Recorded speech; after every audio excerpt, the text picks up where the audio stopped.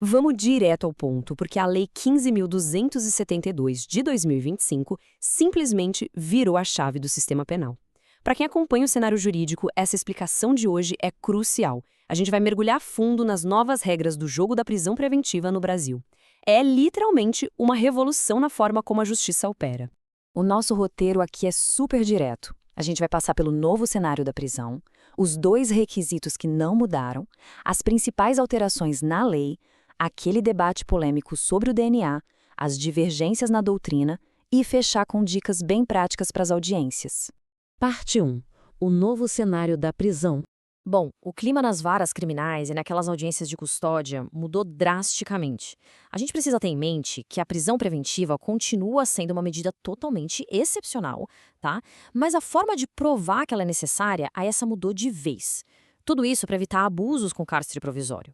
O grande lance aqui é o seguinte: a reforma de 2025 veio para resolver aquele uso quase automático da prisão. Antes, era super comum ver decisões baseadas apenas naquela ideia abstrata de gravidade do crime. Só que isso não cola mais. Agora, qualquer decisão exige obrigatoriamente um raciocínio judicial super concreto, olhando para aquele indivíduo específico. Vamos para a parte 2, os dois requisitos que permanecem imutáveis. Mesmo com essa enxurrada de novidades, algumas bases continuam firmes e fortes. São dois requisitos cumulativos, ou seja, andam sempre juntos, que o juiz precisa demonstrar. O primeiro é aquele famoso termo em latim, o fumus comissi delicti, lá do artigo 312 do Código de Processo Penal. Mas o que isso significa na vida real? Significa que a gente precisa de indícios suficientes da autoria e a prova material de que o crime aconteceu. Sem evidências claríssimas de que o crime ocorreu e de quem é o autor, decretar a preventiva é simplesmente impossível, sem chance. E o segundo requisito, que é o parceiro inseparável do primeiro, é o periculum libertatis. Basicamente, é o risco real, concreto, que a liberdade daquela pessoa traz para a ordem pública, para a economia, para o andamento do processo ou para a aplicação da lei penal. E olha só que detalhe prático importantíssimo. Se um decreto de prisão falar de apenas um desses requisitos e esquecer completamente o outro, bingo, ele é considerado nulo na mesma hora por pura falta de fundamentação. Parte 3. As principais mudanças na lei. Chegamos no coração da mudança, o fim da gravidade abstrata em favor do risco concreto. Antes, a gente via direto aquelas fórmulas jurídicas de gaveta, sabe? Bastava escrever que, diante da gravidade do delito, a prisão era necessária e pronto. A lei virou essa lógica de cabeça para baixo. Hoje é terminantemente proibido usar só a gravidade abstrata ou o clamor da mídia. O juiz tem que entregar um raciocínio analítico, no detalhe, focado 100% nos fatos específicos daquele caso único. E isso fica muito claro quando a gente olha para as medidas cautelares alternativas. No passado, aquelas opções menos extremas eram frequentemente contornadas ou passavam batido. Hoje, não tem jeito. É obrigatório avaliar as medidas do artigo 319. A gente está falando de tornozeleira eletrônica, recolhimento domiciliar, pagamento de fiança. A conversão em prisão preventiva só acontece se o magistrado provar por A mais B, porque essas outras alternativas dariam errado. Outra coisa gigante que mudou foi a régua para medir o perigo de alguém. Acabou aquela história de justificar a prisão puxando inquéritos de 5 anos atrás ou atos infracionais isolados do passado. A lei agora bate o pé em critérios objetivos. Tem que mostrar elementos concretos do caso atual ou então mostrar que existem processos ativos por crimes da mesma natureza. Isso atua como um escudo essencial contra o tal do direito penal do autor, ou seja, garante que a pessoa não seja punida exclusivamente pelo seu histórico passado, mas sim pelos fatos do presente. Parte 4. O debate do DNA.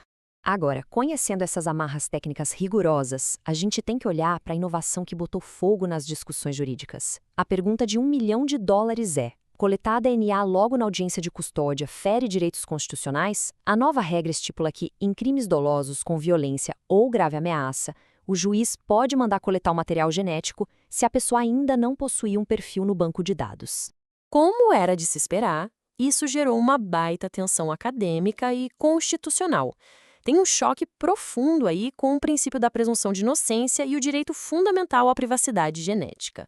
Exatamente por ser um terreno sensível, a doutrina é quase unânime em pedir um cuidado extremo com essa ferramenta. Se o juiz decidir aplicar isso, ele vai ter que demonstrar uma proporcionalidade absurda e entregar uma fundamentação que seja simplesmente irretocável. Parte 5.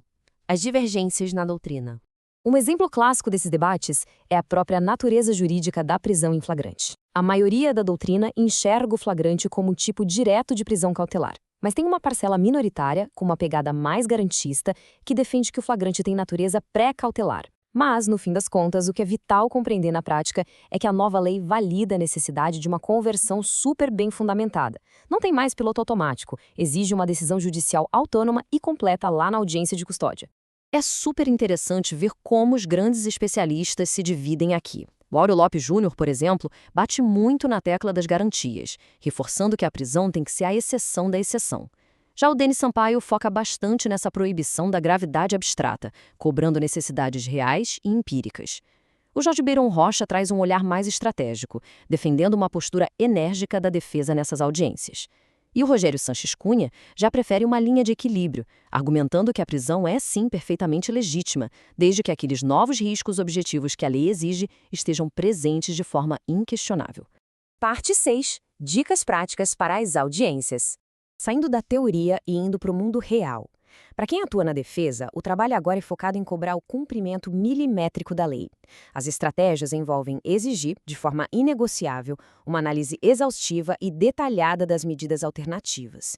Tem que argumentar ativamente a ausência de um perigo concreto, questionar a constitucionalidade da coleta de DNA quando ela aparecer e ficar de olhos bem abertos para cortar na raiz qualquer tentativa de usar o passado ou atos infracionais isolados contra a pessoa. Do outro lado, o Ministério Público tem agora o baita desafio de justificar seus pedidos com um rigor técnico inédito. Pedidos genéricos? Esquece, acabou.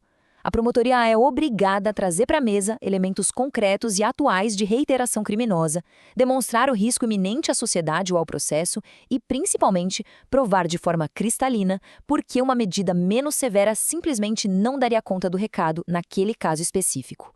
Para amarrar tudo que a gente viu nesta explicação, tem uma frase do material-fonte que resume o espírito da lei perfeitamente. A prisão preventiva não acabou, mas ficou mais difícil de ser decretada de forma genérica. O juiz agora precisa justificar com fatos, não com suposições. E essa é a grande essência do nosso sistema agora. A provocação que fica martelando para a nossa reflexão é a seguinte: com padrões tão rigorosos, como os nossos tribunais superiores vão reagir na prática lidando com milhares de casos reais batendo na porta todos os dias? Sem dúvida vai ser um teste e tanto para a nossa justiça processual.